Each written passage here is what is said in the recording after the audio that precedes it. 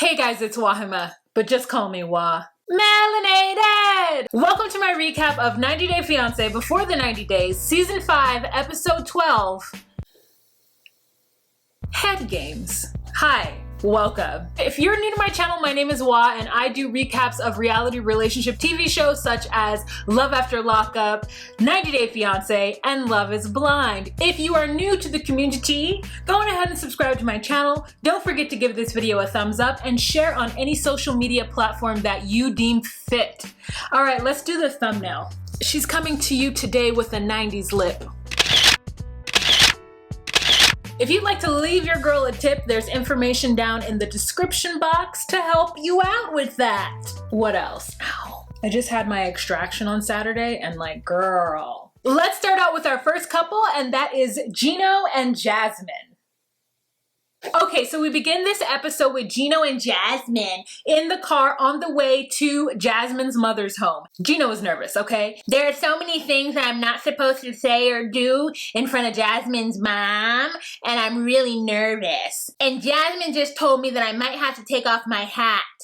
And she's like, just relax. We get to Jasmine's mother's house, and Jasmine's little sister Liz, who's 18 years old, which, I mean, you could have knocked me over. I thought that child was 14. Jasmine's little sister Liz is there, and Jasmine's mother is there, and she is every judging Thea personified. I mean, she is a young abuela.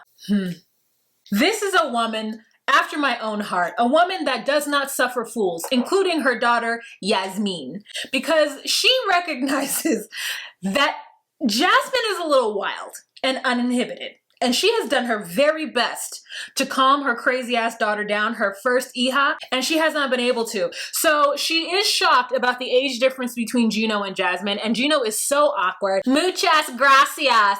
Oh, I notice a big age difference. He is peers with that mother, and he does not know how to talk to her. He comes in with basketball shorts, like open-toed disgusting sandals, and a red top, and that Panama hat, and I'm just like, ugh.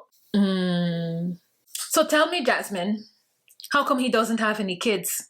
52 and you can't dress yourself? I don't know, I can't. Jasmine is better than me. So they sit down to have a meal. I'm sure producers were like, okay, what you have to do is we have to sit around the dinner table. And then also what we need to do is you need to pull out embarrassing photos of Jasmine. These will be great scenes, okay? Jasmine has to explain to her mother that Geno won't take off his hat during prayer because he's very self-conscious. And the mother's like, okay, let's pray, Señor. And then Geno tries to have some sort of icebreaker because he doesn't know what to say. So his first thought is to say something that I guess he saw someone say on a TV show. Oh, has Jasmine had a lot of boyfriends? And then Jasmine has to translate to her mother. Mommy, Geno wants to know if I've had a lot of boyfriends.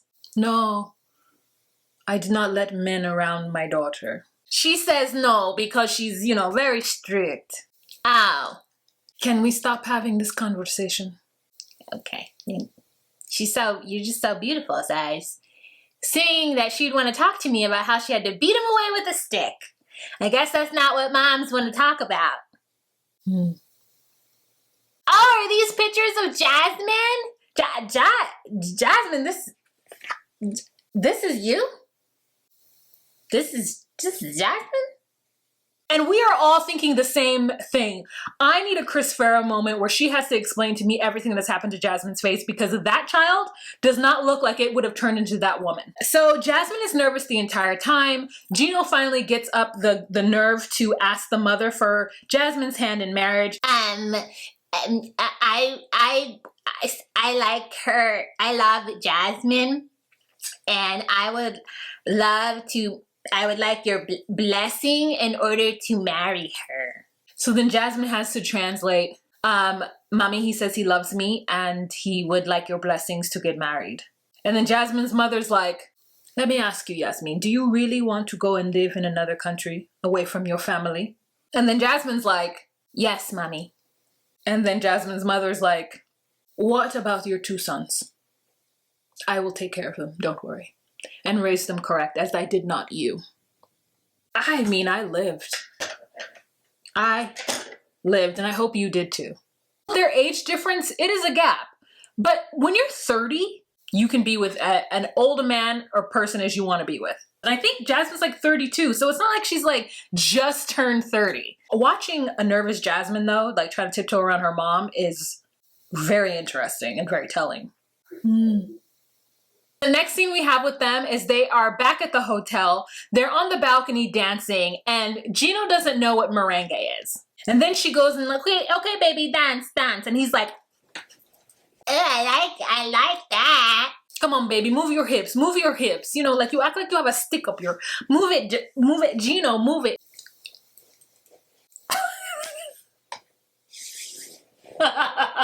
Somebody make that a Giphy, okay? I need somebody to go and take that and make that a Giphy so that I could send it to people in my iPhone. I mean, could you imagine? How could you have sex with that person? She must ride him, right? She must be like, do not move your pelvis at all, sir. I will do this. Okay, don't move. Don't move. Yes. Yes. Ooh, I'm bad. But you love it here.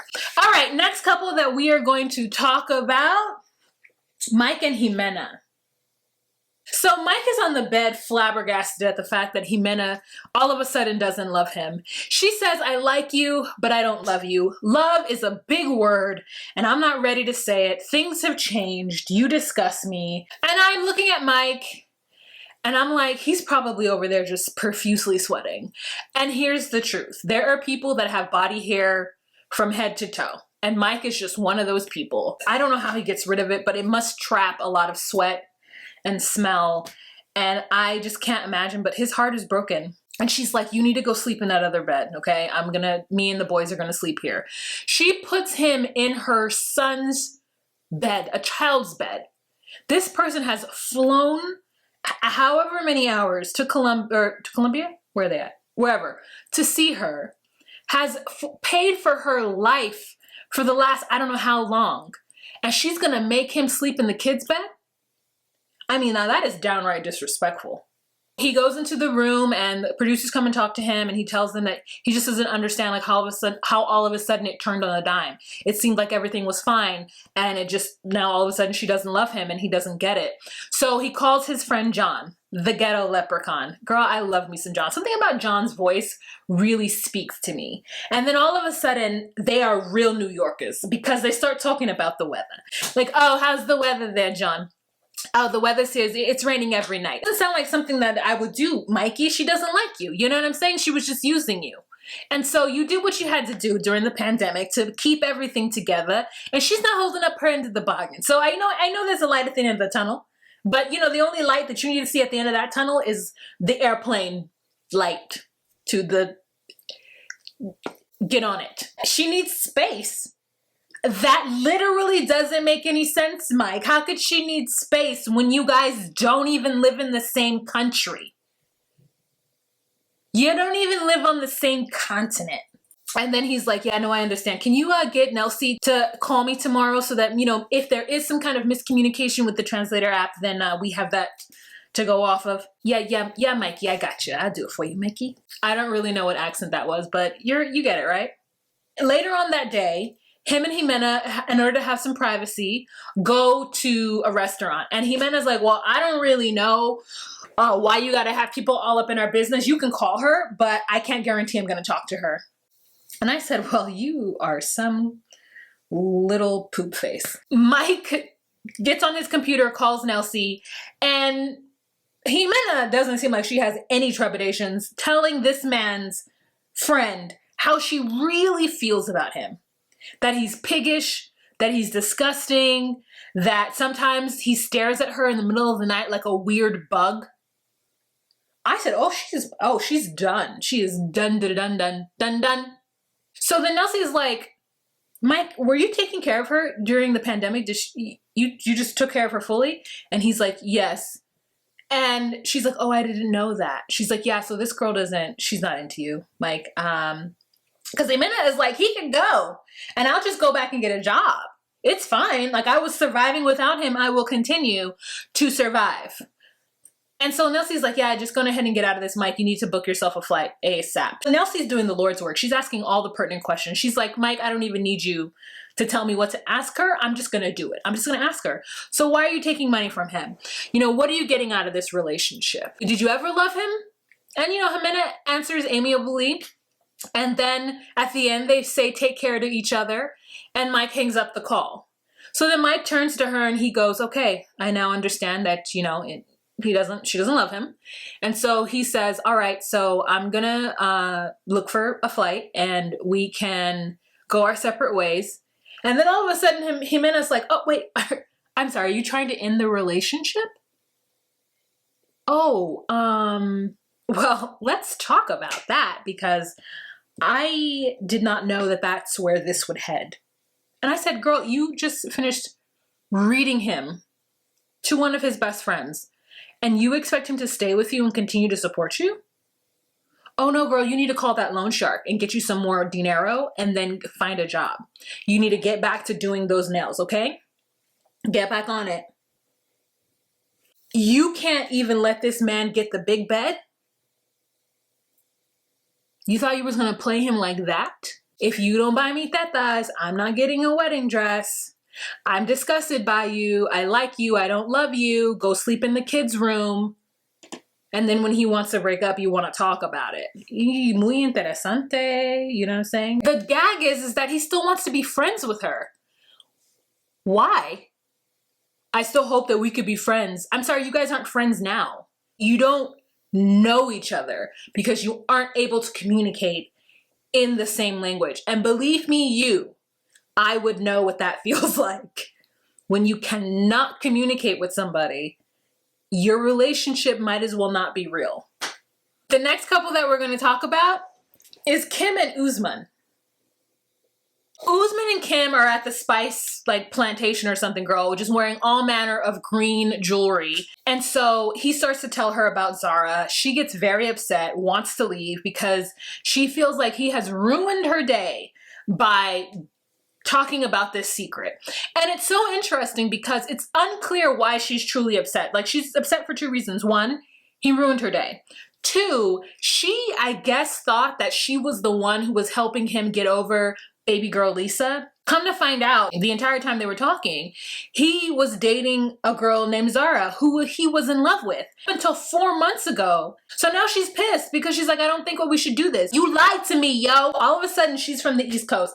I was like, what is happening? We're having heavy, heavy New York accents this episode. So she goes back to the hotel room. She's packing up her stuff. She's going to leave because she feels completely bamboozled by this bit of information. So another thing that upset her, there's a third reason. Another thing that upset her, she falling in love with someone and then also allowing him to cheat on his ex with her. And Uzman's like, I didn't even like you until 2 weeks ago. What are you even talking about? Like, yeah, you and I were talking, but we were talking as friends. So what does that have to do with the price of tea in China? And he's getting mad at her and gaslighting her for feeling the way she feels, which is causing me to be annoyed. So then he decides that he's going to drop off her gifts back to her. So he has him and Slam T come over, I don't know what, to be his bodyguard or to hold the items. Why can't he hold his own items? They get inside her hotel room and she's like, well, I don't want it. I don't want any of those things. I can't fit them in my bag anymore. You know, well, I'll take the computer. And I said, girl, take it all. Sell it all. What are you talking about? It's more than $1,000 worth of stuff. You will find room, sis. You will find room. He's like, why are you so upset? I did not do anything. How dare you be mad at me for loving someone else and then telling you about it? And she's like, that's not the point. If you can't see why I'm upset, then it's whatever. Like, just go on ahead and get out of here. So he leaves and he's like, man, I'm out of here. And so she's like, I love him though. He's not coming back. He's not, I love him. I just didn't quite understand why she was upset, but like, here we are. Next couple that we're going to talk about is Memphis and Hans. Hamza's upset because Memphis stayed at her ex's even though she gave him a valid explanation, but culturally he doesn't understand why she would go and be taken care of by the father of her children, her ex-husband, a man that she probably has a very good relationship with because they speak the same language. And so he's been upset. So they decide to get an interpreter. He starts to say how he feels. She then gets upset. Then he's like, you always get angry. You always want to fight. There's always a problem with you. And so then they hash it out somehow where the interpreter at just some point just starts to make sounds. The interpreter is like, and she feels, forget about it, Hamza. And then they end up being happy at the end of it. I don't really know what the resolution was about the fact that she cannot not talk to her ex-husband because they share a child together. I don't know if that actually sunk into Hamza's head. Basically tells him, look, the odds are against us and nobody believes that you're a good person, but I do. And I would still like to bring you to this country. So if you could just get it together over there and stop being frustrated at me for being frustrated at you, then we can all live happily ever after in the States. Next scene, they go to what she refers to as a ruin. And he's like, it's a really old part of Tunisia and he wanted to take her there because it's beautiful. She's worried about snakes and she's worried about how cold it is. And every time he goes anywhere or like is in the car looking for something, she's like, what are you doing, Hamza? Where are you? Hamza. Okay, Hamza. Oh, you look cute. Hamza. Well, I don't really understand where Hamza is coming from. I have to have a relationship with my ex-husband. Do you believe what I say to you? I will marry you. So we're engaged again. So he's wearing all white when he engages to her or whatever, and they are fine. So next couple that we are going to talk about is Benjamin and Mahogany. Girl, this just gets better and better. Ben is swimming and he gets out of the pool and I said, this is a grand opportunity for me to look in a place that I shouldn't be looking. And then I was like, oh, I don't see anything. Oh, he must be wearing tighty whities under there. I just want to put that out there. This is me. I have a problem. Anyways, he gets out of the pool and he calls his friend and he's like, she's real. She's real and she's as sweet as ever. However, there are so many red flags. She's also a liar. She took me to not an Airbnb because we're not going to call it that. We're going to call it a weekend rental. And it wasn't her place. And so that's a red flag. And the friend is like, you need to look for a pattern of deceit. Okay? Deceit, I got you. I'm going to do that. Then she calls him. And he says it's because I think she must have felt some kind of way when I abruptly left after meeting her parents the other night. And so now she wants me to meet her friends. And I said, you know what? Mahogany is taking advantage of the fact that there is an entire camera crew in Peru dedicated to her and her friends and family. And she's going to put everyone on. So they go and get some ice cream. And he asks them in Spanish if they want a man. They're like, a man? No, we don't want any more of you to come here. So they sit down and they have ice cream. And it comes out that they're like, oh, I'm sorry, you're her boyfriend? No, she didn't tell us her boyfriend was coming. She told us a friend from the States, so I wasn't aware that you were her boyfriend. And he's like, oh, Mahogany, I'm not your boyfriend? And she's like, no, you never said you wanted to be in a relationship. And he's like, okay, that is so interesting. Cool. Cool. Okay. Well, So then later on that day, he ends up calling her to set aside some time for them to spend 3.5 hours away from San Bartolo so that they can really get to know each other. And he goes through his phone and he looks at text messages and he's like, I am not crazy. She did tell me that she loved me. We did talk about having a family. So I don't understand what's up with the switch up right now. And I said, Ben, we have all been a victim to this. This is the classic thing of where people create and present something different online, like a Sims character. And then they tell you who are not behaving as a Sims character, all the things that you want to hear. And for them, it's not real. Honestly, if Ben had said, hey, we're a couple, and I'm your boyfriend, she probably would have been like, yes, you're my boyfriend through text. You're my boyfriend in WhatsApp, but you're not my boyfriend outside of that. They then go to this place and it's awkward AF because they have nothing to talk about because there was a 30-year age gap. Even the fact that there's no lights, no stop lights or no stop signs in San Bartolo doesn't even get her talking. She's just like, yeah, no, you just kind of are like yield. Every intersection is just like a yield. And finally, they start talking about the Bible. She asks him some question about Jesus, girl, and he's like, you know what? Before he was crucified, Jesus went to a garden. And he just sat there and he thought about it because it was going to be a lot.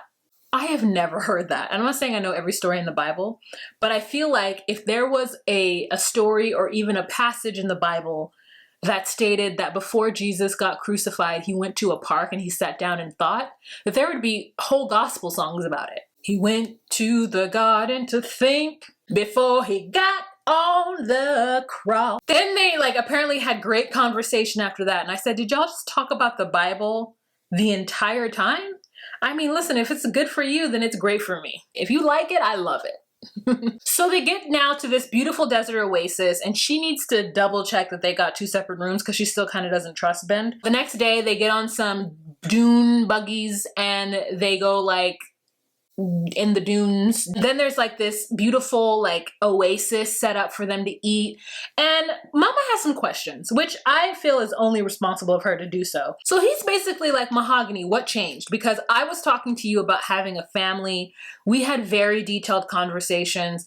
And she's like, I just didn't think that you were serious about that outside of the texting world. I mean, because it was just like, that's what I talk to about everybody. Like, obviously we have to know if we're on the same page, if we're having the same thoughts. And so telling you that I love you and telling you that I can't wait to have a family with you, all those things, it's just par for the course. But like in real life, we would have to talk about that. And you never said you wanted to be a couple. I mean, you talked about marriage and your kids and us having kids and us starting a family, but you never said you wanted to be a couple. So I don't know why you would think that.